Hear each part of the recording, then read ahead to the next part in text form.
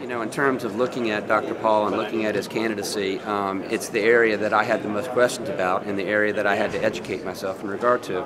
And I think what Dr. Paul is talking about is that we have a lot of our dollars that we appropriate every year under the name of defense spending and military spending, going overseas, going to bases that historically have performed functions, quite frankly, in today's world, don't play a security function for us.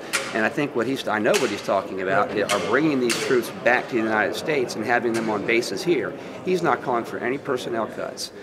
He's not calling for a freeze on defense spending. In fact, that was misstated last night by one of the questioners. He's calling for spending to go back to 2006 levels and then increase thereafter at 1.5%. And the truth is that, our troops at bases in the United States can get anywhere in the world within 13 hours. So this idea that we have to have outposts on every four corners of the world and have the taxpayers of America pay for that, I think is a flawed paradigm. And I think as more and more people learn about that, as more and more people learn that he's talking about, defense should really be about keeping America safe. It should be about keeping our people safe. I think that he's going to get more and more supporters in that regard, and it turns into a positive as opposed to a negative. But you admit you had questions, and it's hard to educate people in 4 days or 5 days. It's extremely hard because when you've been doing something the same way for a long time, anytime you propose something that's different, automatically people get upset or get suspicious or have concerns because it's not what they know. But if I truly believe, and this was the case for me, that if you sit down and if you get beyond just the one-liners and the rhetoric and the sound bites, and you look at his policy and you look at what he's proposing to do, he said it the other day that the federal government's #1 job is national security and defense, and that will be the #1 item in the federal budget. And he has not wavered in that regard. Now, does he go about, defending our country, or does he have an idea about what keeps America safe that's different from what we've become used to over the years? Yeah, sure.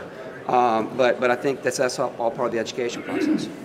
But what do you say? And unfortunately, it's one line to count. And so if somebody says, I got a call from the Gingrich campaign saying, Ron Paul's not good for the military, not good for jobs here, and you should be worried about that. I mean, what's the campaign? Well, all I can do as an individual in South Carolina is when I talk to people and people ask me that question, I can tell them what I learned from doing my due diligence and looking at the policies and trying to explain, where Dr. Paul is coming from. And and you're right. It's a question of enough people getting out there and saying those things, and people taking the time because they have lives. I mean, they're busy and they're getting their kids ready for school, or they're going to work, or putting meals on the table, and they don't have time to kind of sit down and bury themselves in foreign policy, position papers. But I've taken that time. I'm very comfortable. I come from an area that has Parris Island and the Marine Corps Air Station.